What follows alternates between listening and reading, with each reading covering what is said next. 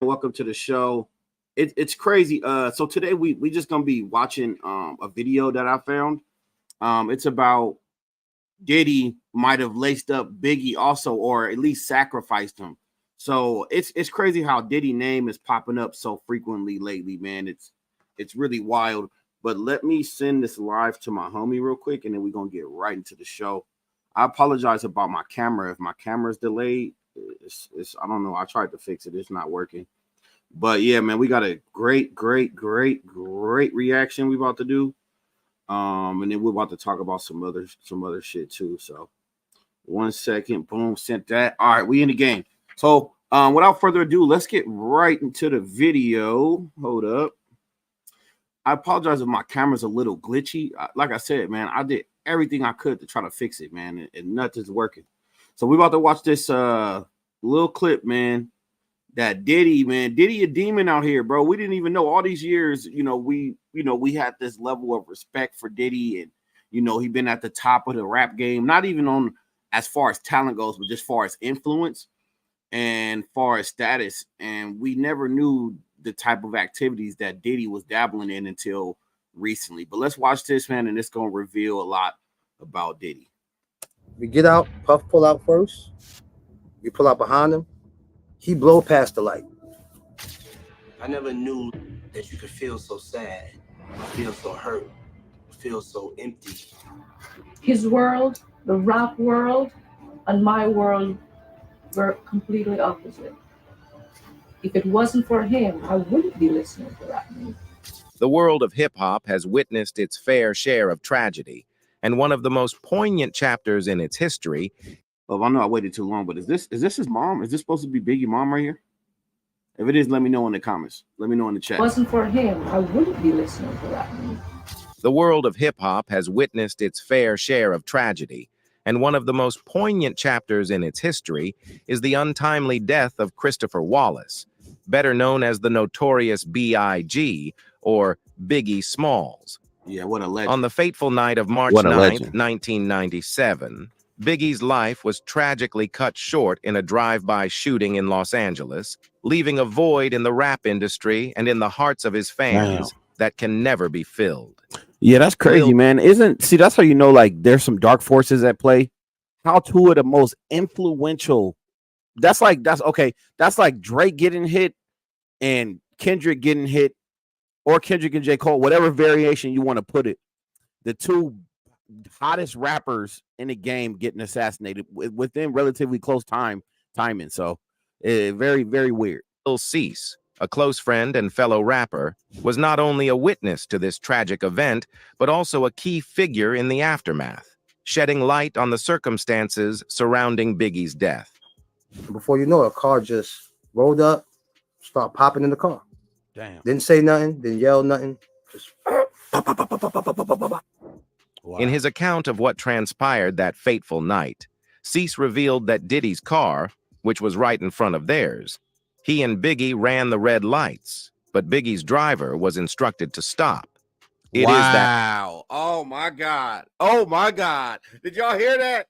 Oh shit. That's crazy. Reckless decision that granted the hitman the opportunity he needed to shoot the hypnotized hitmaker.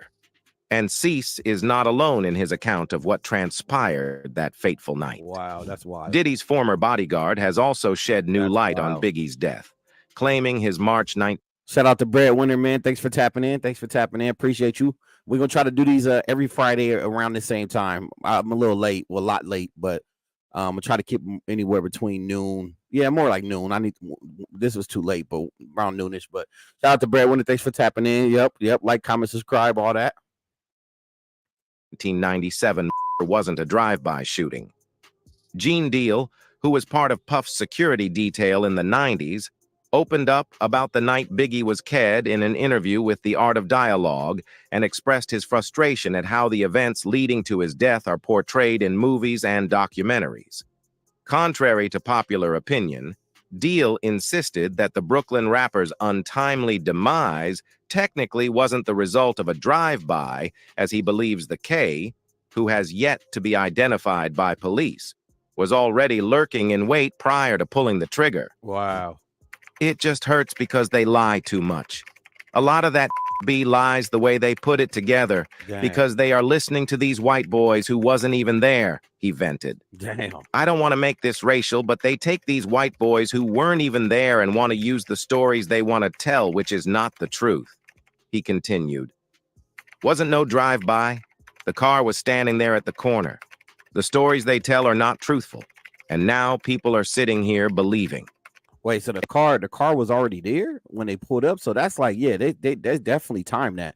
And then I don't know if you caught that last part, Brad, but they said that Biggie driver was instructed not to stop at the red light. I mean, to stop at the red light. You feel me? And P Diddy continued up. So this is getting dark, man. Every Biggie movie that you see, they say it's a drive-by. When the witness tells you the car was stood right there at the corner, the car was probably there all night. Damn. Gene Deal also recalled rushing to Biggie's aid after his GMC Suburban had been shot up by the driver of a black Chevy Impala, which had pulled up alongside it at a red light near the Peterson Automotive Museum in Los Angeles. I love how they use like I love how they look like GTA. Which had pulled up along GTA to fucking. This is funny, bro. It looked like they use a scene from GTA to reenact this. That's comedy. Side it at a red light near the Peterson Automotive Museum in Los Angeles, where the bad boy hitmaker had attended a Soul Train Awards after party. According to Lil Cease and Gene, Diddy knew something was going down. Gene Deal warned him earlier, but he ignored him. One theory that's never going away is that Diddy set up Biggie's because Biggie started writing songs for other artists so that he could get some publishing rights. Diddy owned the publishing of Biggie's albums and Biggie writing for other artists. That was his way of getting around that. The New York native also scouted for talent to put on his Big Beat record label instead of Bad Boy. Damn, that's actually fucking smart, bro. I'm surprised. You know what? I wouldn't be surprised because, like, obviously, look, if they knew about that little loophole back then, I'm pretty sure some of these rappers nowadays, especially with these shitty deals that they be having, I bet you a lot of these rappers nowadays be doing that, bro. Why do you think Junior MAFIA signed with Big Beat and not Bad Boy?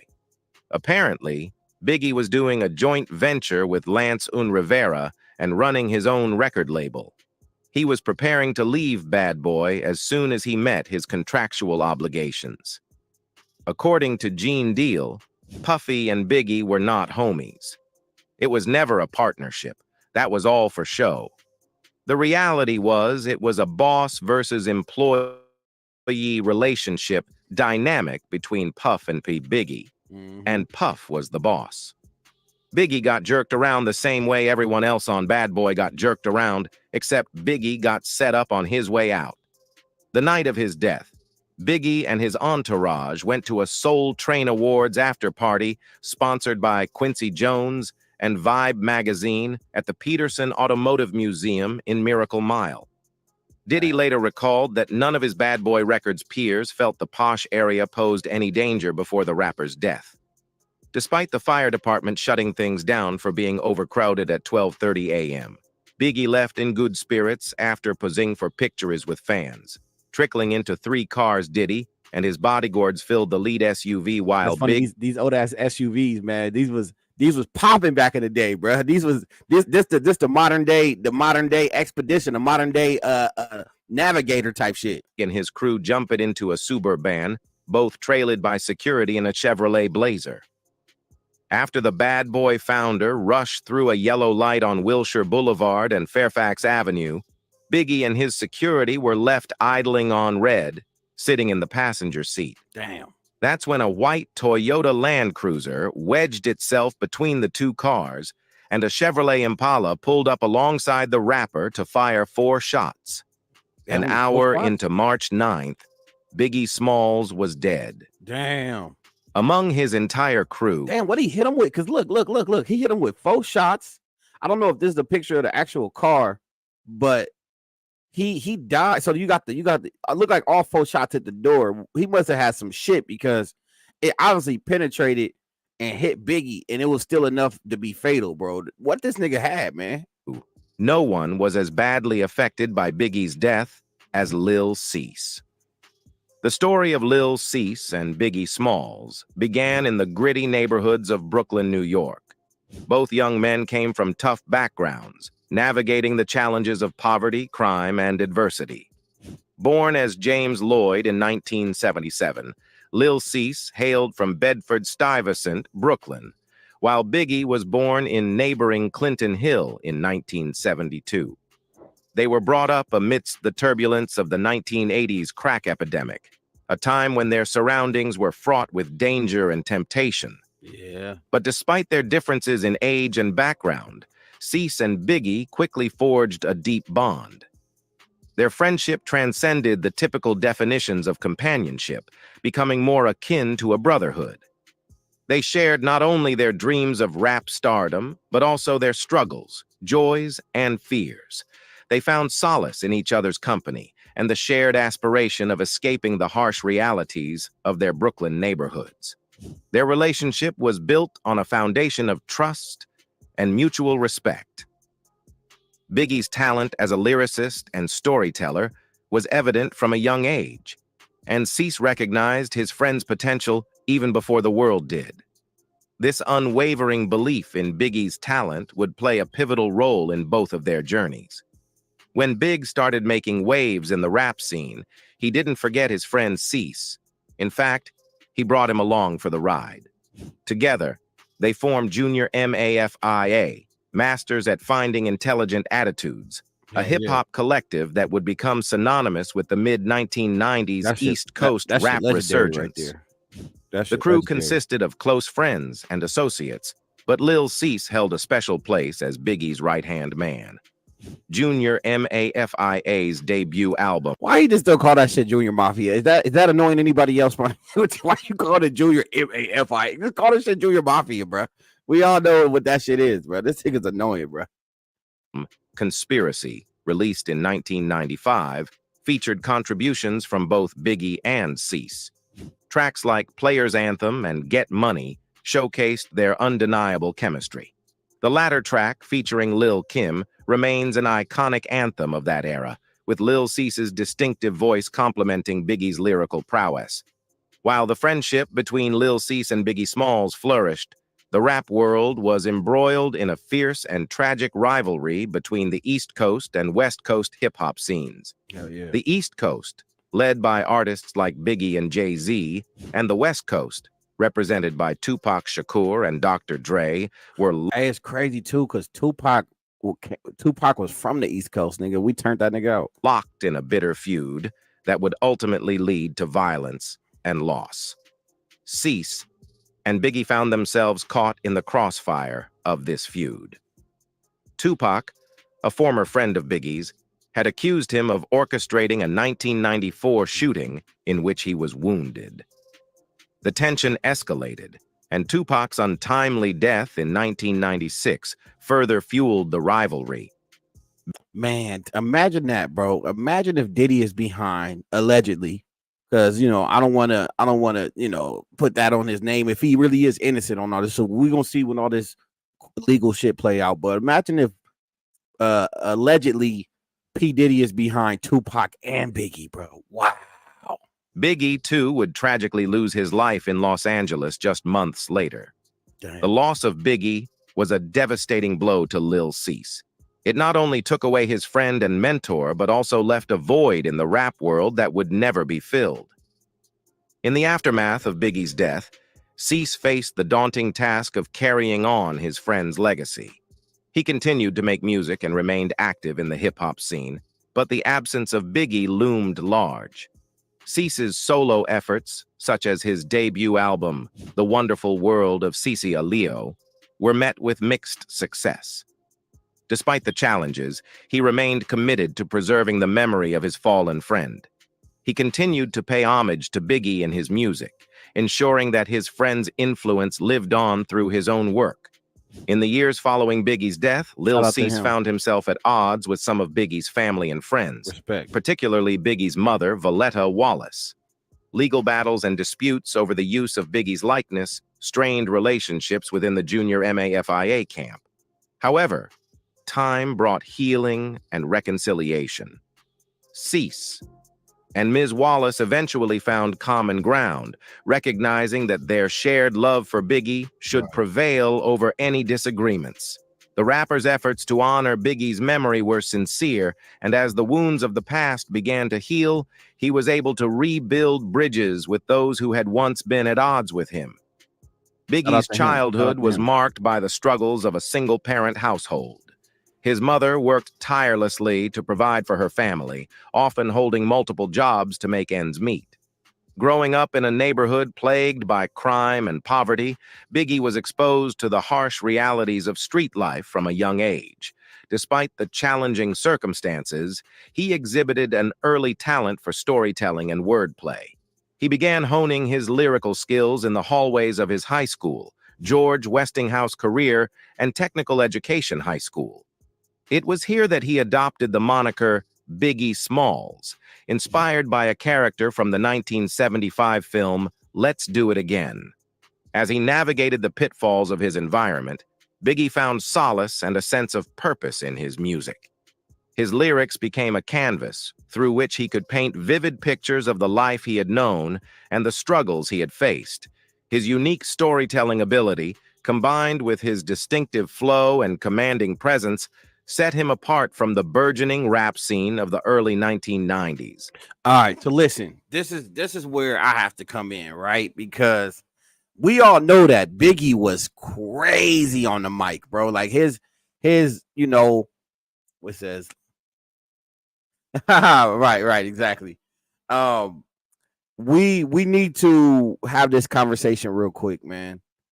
Who was the better lyricist? Was it Biggie or Pac? Was it Biggie or Pac? Because when it come to like bars, like Biggie was just special. He was special. You know, he had a certain flow that honestly, I think his flow, he probably would adapt well to today's flow. You know what I mean? Like lyrics, I gotta go Biggie. I see you said Pac, bro, but Pac is special too. Here's why. Because Pac, I think Pac is the better musician. You don't have to be a better lyricist to be a better musician. So that's what I'm saying. Like, because we look at like hit for hit, I think Tupac's music, both of their music withstand the test of time, but specifically, it says name me a Biggie bar that was crazy. Look. Okay. Like I said, bro, I'm not saying that Pac wasn't a great lyricist, bro. Pac was a fantastic lyricist. I just think that Biggie had more bars, I guess you could say. But like I said, I think Pac he just had better songs. You feel me? Like, with all due respect to Biggie, man, love him to death. I love him just as much as Pac, but I just think Pac had better songs, better music, but Biggie had better bars. Hopefully that's not controversial. That's just my opinion. It says he keeps pronouncing it cease instead of cease, like Caesar. Oh, was that how you supposed to say it? Is it Little Caesar? I didn't know that. Biggie had a voice for raps and a good cadence. Yeah, that's true. That's true for sure. Let's continue watching this. His big break came when he was discovered by Sean Puff Daddy Combs. Diddy, a rising star in the music industry, recognized Biggie's raw talent and signed him to his newly established record label, Bad Boy Records. This pivotal moment marked the beginning of a partnership that would change the course of hip-hop history. Under Puff Daddy's guidance, Biggie began to refine his craft and shape his unique sound. His debut single, Party and BS, released in 1993, served as a preview of the lyrical prowess that would soon captivate the rap world. Yeah. However, it was his debut album, Ready to Die, released in 1994. Yo, what's the odds of this, bro? Yo. Oh, it's called Little C's. Right. Yeah, you're right. He is saying it like cease. Yeah, that's what I'm saying. He getting on my nerves, bro. He mispronouncing, and I ain't gonna go too deep into that. But sometimes I be feeling like niggas be doing that on purpose to like mock people. But we ain't gonna talk about that. But it's crazy how the name of this album was Ready to Die, and I believe he died that same year or something like that. Maybe maybe a couple years later. I think he died in '96, right? But it is crazy how this is his last project, Ready to Die. Come on, bro. What the hell is going on? 4 that catapulted him to stardom. Ready to Die was a groundbreaking and introspective album that showcased Biggie's storytelling abilities. Tracks like Gimme the Loot and Everyday Struggle delved into the harsh realities of street life, while songs like Juicy and Big Papa exhibited his versatility by incorporating elements of R&B and soul into his music. Damn, when I be watching shit like this, it be making me think like, damn, like, how would life be, bro, if Pac and Biggie was still in the rap game, bro? You think they would be on like Jay-Z? You think they would be like on Jay-Z, Dr. Dre status type shit, you know what I'm saying? Nas status if they were still around? The album was both a critical and commercial success, earning Biggie widespread recognition and establishing him as a force to be reckoned with in the rap industry. One of the key aspects of his rise to stardom was the development of his larger-than-life persona as the Notorious B.I.G. This alter ego was a reflection of the duality of his life, the struggle and hardship of his upbringing in Brooklyn, juxtaposed with the opulence. This nigga, bro, tell me he not getting. Why did he say Brooklyn? Come on, bro. Pronounce this shit right. You know what it is, Mike? I think because they're using the AI, bro. I think they're using the AI. And extravagance that came with his newfound fame. The Notorious B.I.G. was a persona that commanded attention. His imposing physical presence, standing at over 6 feet tall and weighing close to 300 pounds, added to his mystique. He often rapped about his luxurious lifestyle, including designer clothing, expensive cars, and lavish parties. This contrast between his past and present created a captivating narrative that drew listeners in and made them eager to hear more of his stories. What set Biggie apart from many of his peers was his authenticity. While he rapped about the trappings of success, he never lost touch with his roots. He remained deeply connected to the streets of Brooklyn, often returning to his old neighborhood to visit friends and family. This authenticity resonated with fans who could relate to his experiences and struggles. While Biggie's music often celebrated the excesses of his newfound wealth and fame, it also served as a form of social commentary. He used his platform to shed light on the systemic issues that plagued his community and communities like it across America. Yeah, that's what I'm saying. In like, songs, that's why they was so. That's why. I mean, you do have certain artists that like to rap about like controversial shit, you know, nowadays. But I feel like that's what separated like Pac, Biggie, particularly Pac, mostly for sure. But I feel like these niggas was really like they was bigger than just rappers. You feel me? They were activists and they were for the community and they were trying to make genuine change. And that I think I think people be spinning it when they be trying to say that, you know, it was some street shit that got them killed, bro. I think it was bigger forces than that, bro, that realized the influence these two young brothers had. And they feel like, man, we got to get rid of these. You know what I'm saying? It says blasphemy, troublesome, Hail Mary, holla at me. Pac was way more lyrical than Biggie, in my opinion. Yeah, no. I mean, look, I gotta go back and check it out, bro, because Biggie, man, Biggie got some shit, bro. The way he be putting, you know what I'm saying, he be putting the bars together, it'd be crazy, bro. But like I said, bro, I'm not discrediting Pac. Pac is a great lyricist, bro. One of the best. Like Things Done Changed and Suicidal Thoughts, the rapper explored the harsh realities of growing up in poverty and the desperation that often accompanied it. He spoke about the impact of drug addiction, violence, and the lack of opportunities for young people in his neighborhood.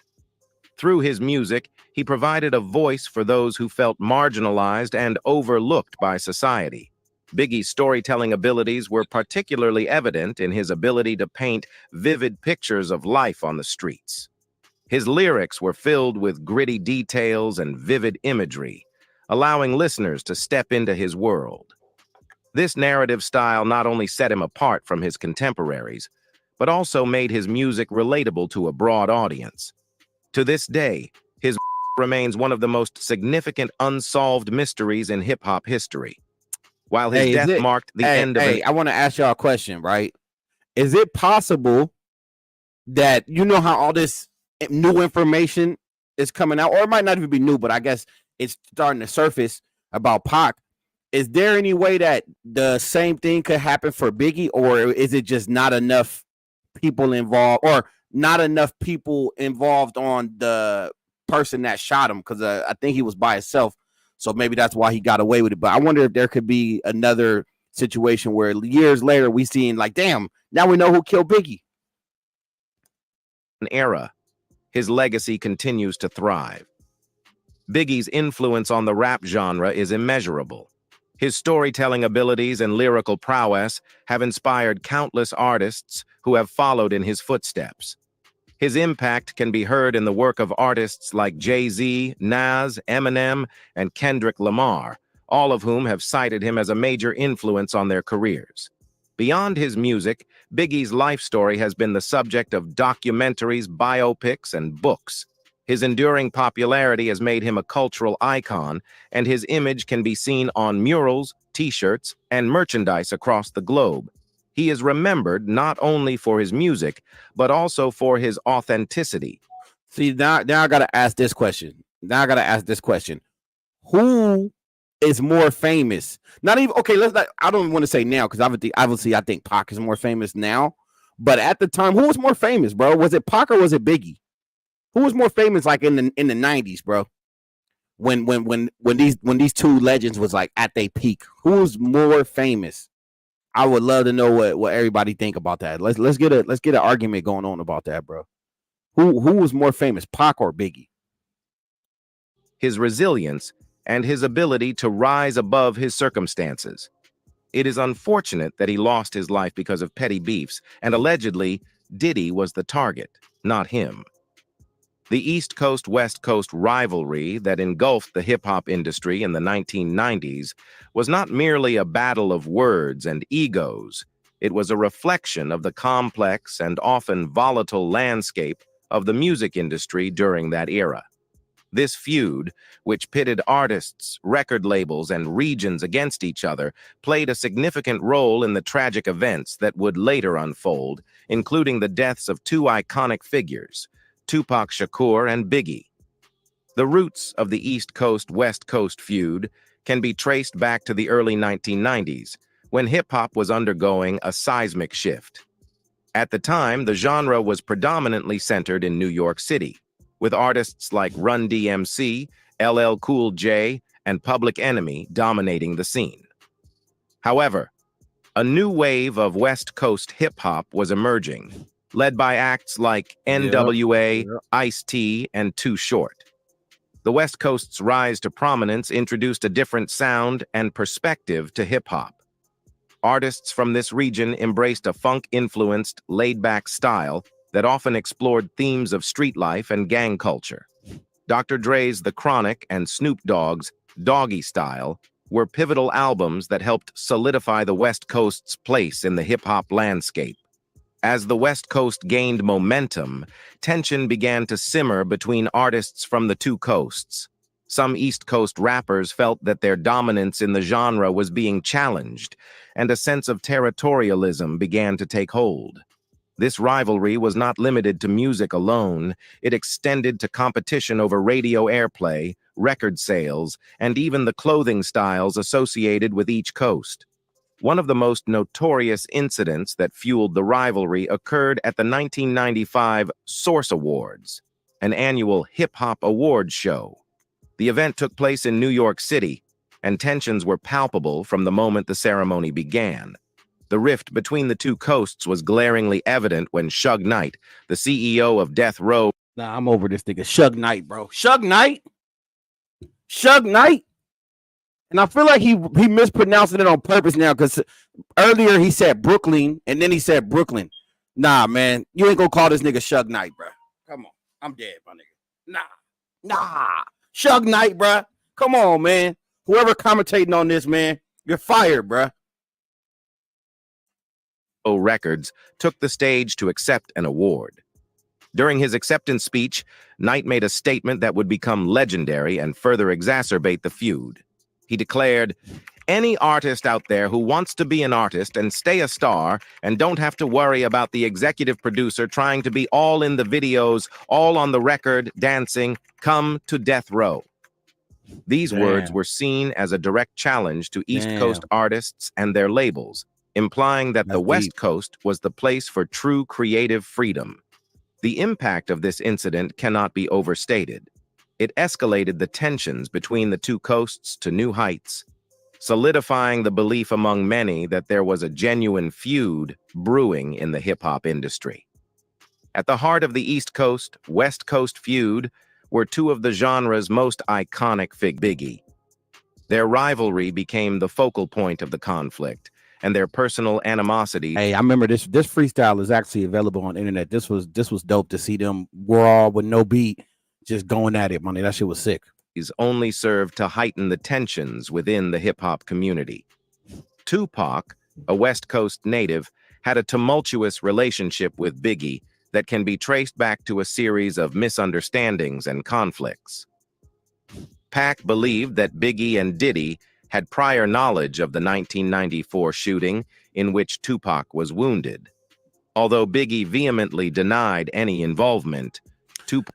Hey, because I watched the documentary about that, and I don't know if I kind of believe Biggie on him setting up Pac, bro. They was really tight at the time, and I think it was just a series of unfortunate events that led to Pac getting shot in that. I think it was a recording studio or some shit like that. I don't know if it was necessarily a setup. So let me know what y'all think, man. Let's see. Let's read the comments. Tupac was the biggest rapper. It says, okay.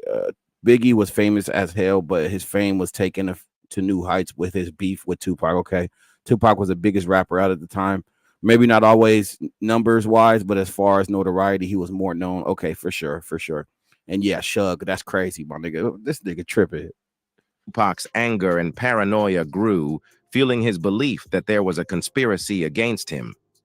His 1995 imprisonment on assault charges only intensified his suspicions and his feud with Biggie.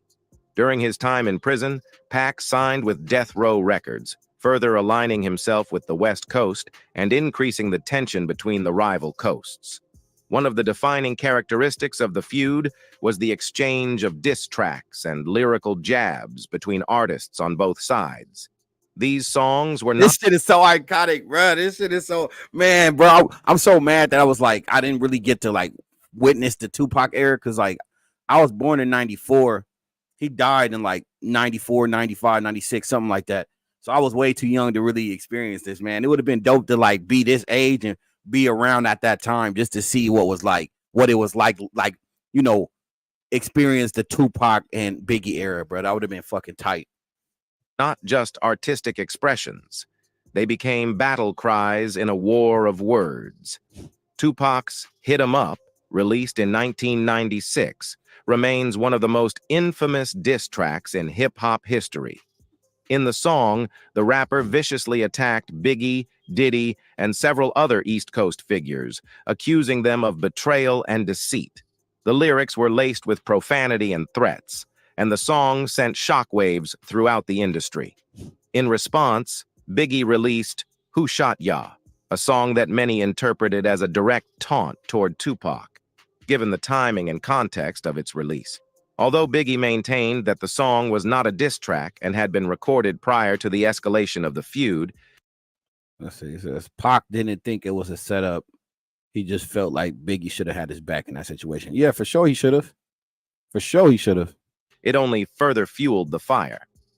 The feud between the two reached a tragic climax, with the of both artists in drive-by shootings, incidents that remain unsolved to this day. Pac was the first to fall victim to the violence. On the night of September 7th, 1996, he was shot multiple times in a drive-by shooting in Las Vegas. He succumbed to his injuries 6 days later, on September 13th. Oh, shit, he didn't die right away? Shook the hip-hop community and intensified the sense of fear and uncertainty. I didn't know that. I always thought he died on the scene. I didn't know he died in the hospital. Interesting. Surrounding the feud.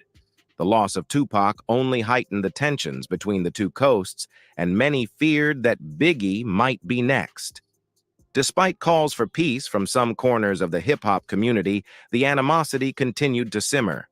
Just 6 months after Tupac, Biggie met a similarly tragic fate. Wow. On March 9, 1997, he was gunned down in a drive-by shooting in Los Angeles, a that would remain one of the most high-profile unsolved cases in the history of hip-hop.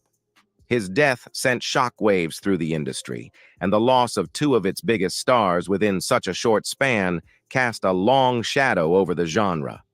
While it is important to remember that the feud did not cause the deaths of Tupac and Biggie, it undoubtedly created an atmosphere of tension, mistrust, and fear within the hip-hop community.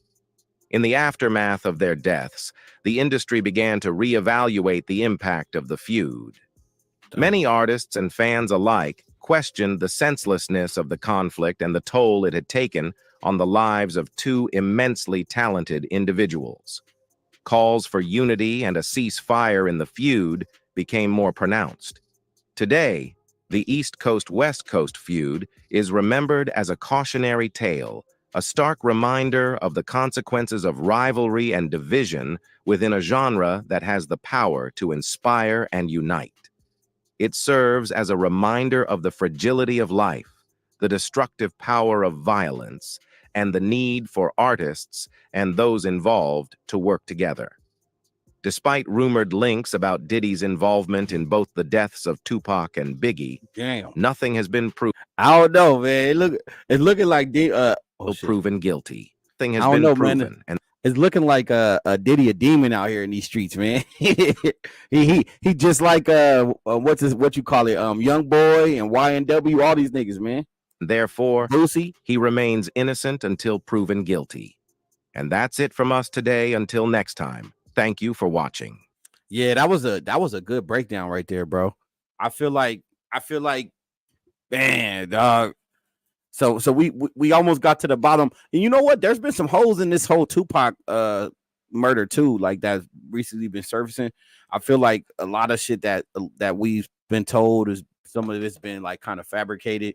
And they even saying that Keefy D, because Keefy D tried to say that his nephew was the one that shot him in Orlando, but a lot of people, there's some new information saying that the hand that went out the window, then it looked like a scrawny arm, and his, I guess his Orlando was a scrawny dude. So we even getting misinformation on that. So who knows, man, the real truth about this? But hopefully, and by some mysterious way, we can get to the bottom of this whole Biggie Smalls murder. But if Diddy is behind this, man, that will be fucking mind blowing, bro. Diddy out here calling for hits and shit, killing legends, bro. Allegedly. But look, man, that's it, man. I gotta go get my babies, man. I would have been on longer, but I was like literally 40 minutes late. So sorry I couldn't be on here longer. But next week, 12 p.m. tap in with me. Thank y'all for watching. Like, comment, subscribe, share, all the shit. Love y'all. See y'all in the next one. Peace.